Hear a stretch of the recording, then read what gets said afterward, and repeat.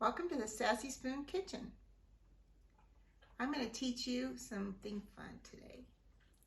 It's Instant Pot Lasagna. And it's a wonderful, fast way to make lasagna, and it also doesn't stick you with 100 portions.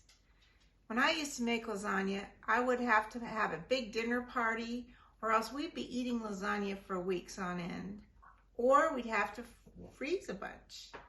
So this way, you actually only have 4 to 6 portions, depending on how big of portions you like. And it's great. It's fast and easy. It takes about 20 minutes to cook and probably about 10 minutes to prepare, maybe 15 minutes to prepare.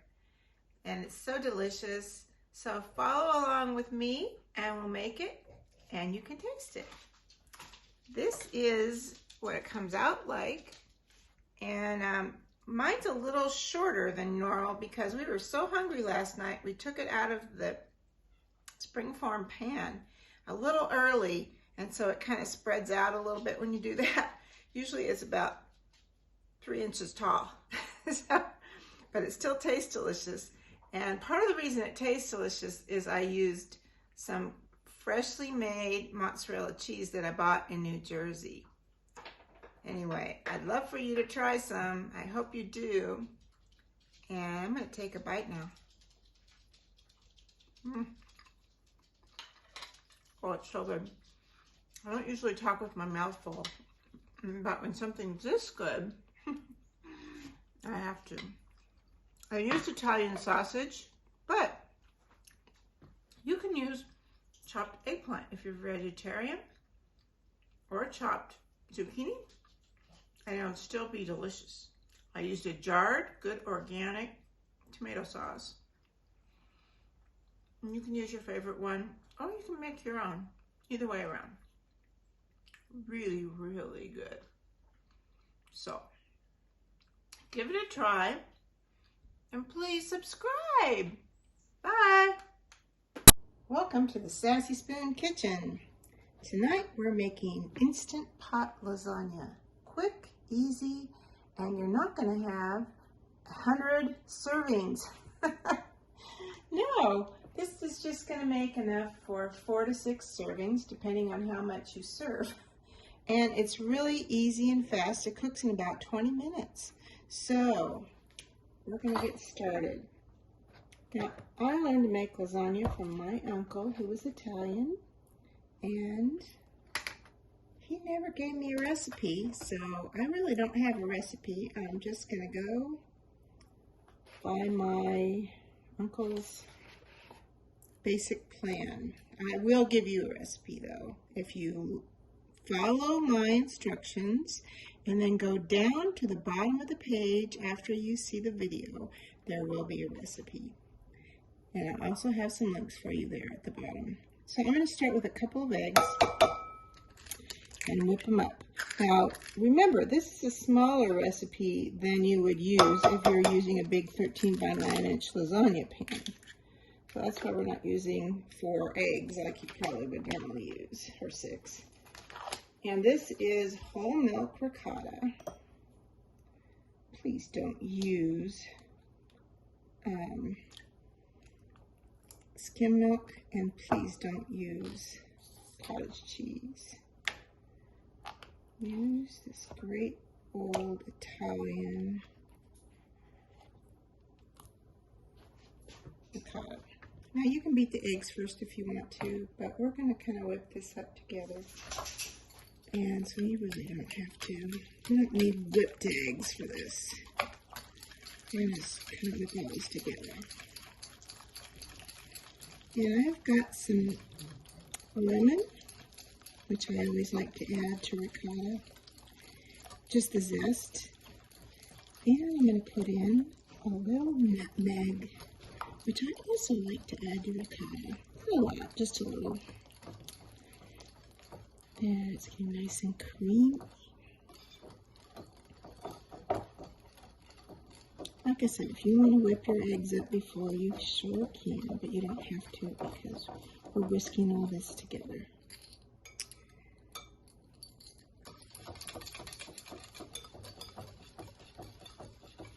And I used about half the container. This is a kind of large container, but it's pretty much the only size they make it in. It's, well, there is a small, tiny size you can buy, but it's a 32-ounce container. And I like to use ricotta on my pasta sometimes, or pizza, and just put a couple scoops in. So now I'm going to put this basil that I chopped up. I'm going to stir that in. You don't have to use it. I just happen to have some in my garden that's about finished. So now I'm going to take some lemon zest.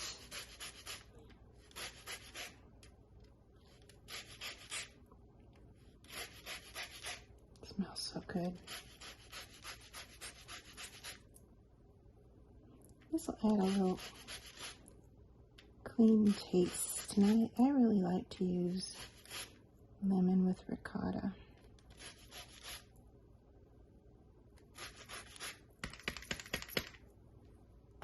It's about 3/4 of the lemon, and that's a really small lemon too. So now I'm going to stir that in. And next is going to be the nutmeg. And again, we're not going to do the whole nutmeg. Just a little bit. Oh, that smells so good. Lemon oil. Yeah. Just like a little nutmeg. Don't use ground nutmeg. Get yourself a whole nutmeg. Flavor is so much better this way.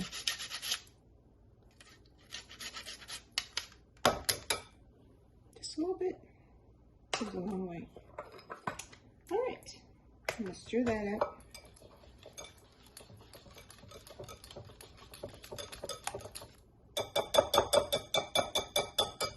Some of that basil's sticking to it. I knew that was going to happen. That's okay. We don't need every little bit of basil on there. And from now on, we're going to use this spatula. And we'll go get rid of this whisk.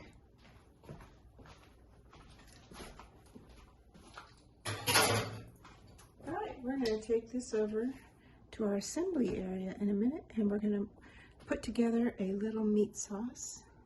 Okay, we're back at the counter, or the stove, I should say. So this is going to go together really pretty fast. We have some Italian sausage, and for this, don't buy it in the links. Get it whole. So much easier. This is about a pound, and you really don't even need a whole pound. It's going to be very meaty, but it's pretty much the only way you can buy it. Unless you buy it from the counter, and then you can get it 3/4 of a pound. So we're gonna just make a little meat sauce. And for this, I'm using a bottled sauce, and I'll probably use about half of it. So buy a good quality meat sauce. This good bottled sauce. I mean, not meat sauce. Buy a good bottled sauce. This is an organic one called Devany. And I'm going to be adding some onions and garlic to it, because I think you can always dress up any sauce you buy. I make my own, and sometimes I can it myself, but I don't have any canned on hand right now or frozen. And this one is a really good one. It's made in Italy, and it's organic. Another good one is Rails. And whatever you can get on sale of these two brands are really good. Obviously, I don't suggest you use Yahoo, but whatever you like. And this mozzarella we got handmade in New Jersey. I'm going to use it. And then I got a really interesting deal. I'm not sure how good it's going to be, but I think it's going to be pretty good. I was in a Portuguese store in New Jersey, and they had these Portuguese lasagna noodles fresh, so I'm going to try and use those. Otherwise, I often use, for this recipe, the pre-cooked lasagna noodles, because you don't use very many noodles for this. Already in a very small package, very small. small size pan. So I'm going to just try these. They look pretty good. I don't know how I'm going to be able to peel them apart really well. We'll see. And I'll show you right now while this is cooking. This is the pan I used to cook it in. It's a 6-inch springform pan. So you can also do like cheesecakes and stuff like that in it. But I've cooked in it so much, it's aluminum, and it actually has holes in the bottom of it now, so I gotta toss it. I bought a new one, and it is an 8-inch, excuse me, which is much bigger, but it still fits in the Instant Pot, and it's sturdier. And it's made by Instant Pot, in fact. So you can buy this on Amazon. I'm gonna put a link on the bottom of the recipe of where you can buy this. So I have to toss this pan because it has holes in the bottom. I've made a lot of stuff in it besides lasagna. Good while it lasted. I'm going to turn this down. I have it on 8 right now.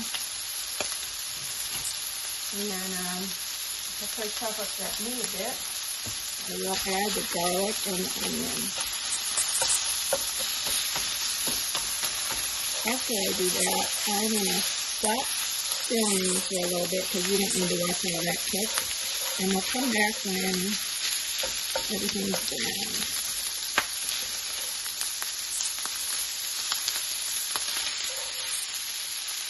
Okay, I'll see you in a minute. So here it is out of the oven. Out of the Instant Pot and out of the springform pan.